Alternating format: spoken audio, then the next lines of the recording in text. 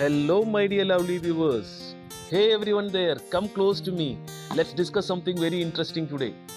What is your biggest problem you are facing now? Is it a fear of current trend, your financial issues, or something else?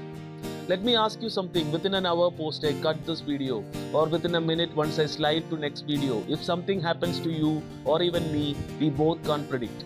Even when we take a turn while riding, we don't know what is next. I recently read a book about igloos, the people who lives in ice.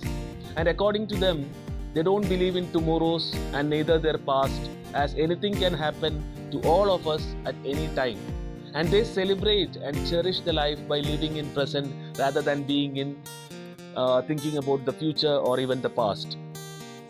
Dear viewers, the biggest problem that we face in our life is we either live in past worrying about the mistake what we did, or we live in future thinking what will happen next. What I suggest you is live in the present and take the best moment of your life by living at its best.